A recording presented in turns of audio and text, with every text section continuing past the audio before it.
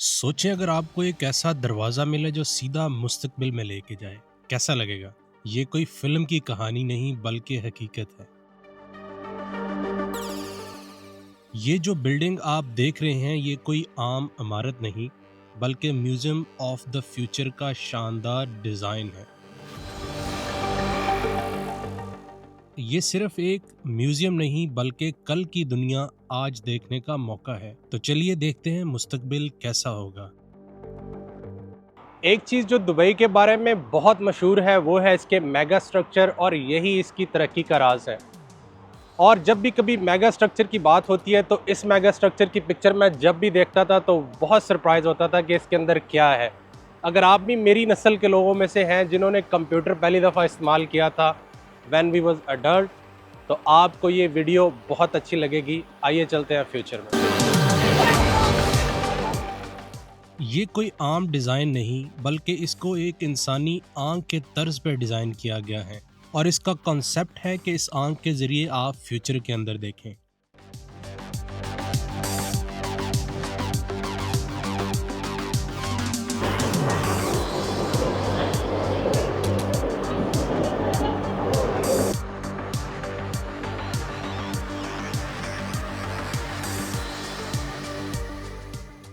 और ये दुनिया की वाहिद बिल्डिंग है जिसके अंदर कोई स्टोन नहीं है। ये अपनी नवीयत का दुनिया का वाहिद नमूना है।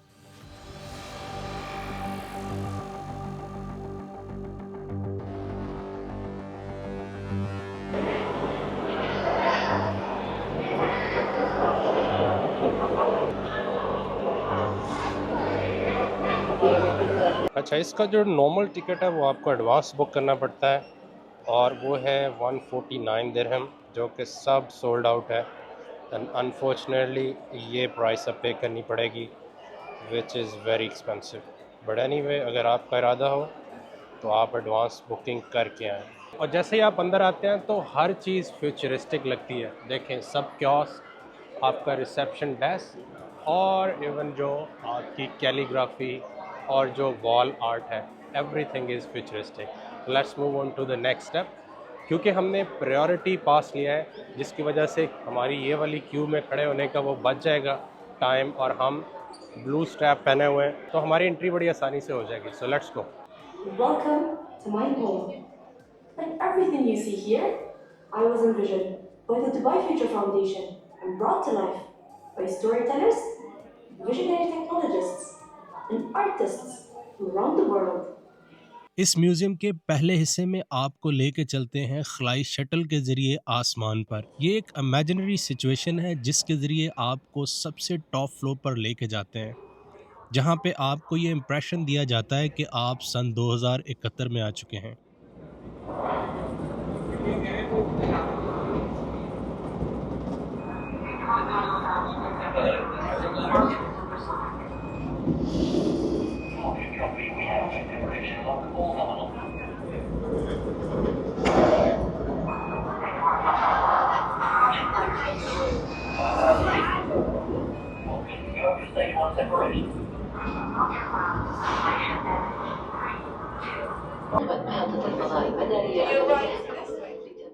खला के अंदर जो उनका स्पेस स्टेशन है उसका विज़िट कराया जाता है और वहाँ पे मुख्तलिफ टेक्नोलॉजीज़ के साथ आपको मुतारफ़ कराया जाता है। सो ये बेसिकली आप स्पेस में आ गए, आपको फील दे रहे हैं कि आप जो है ना फिज़ा में आ गए।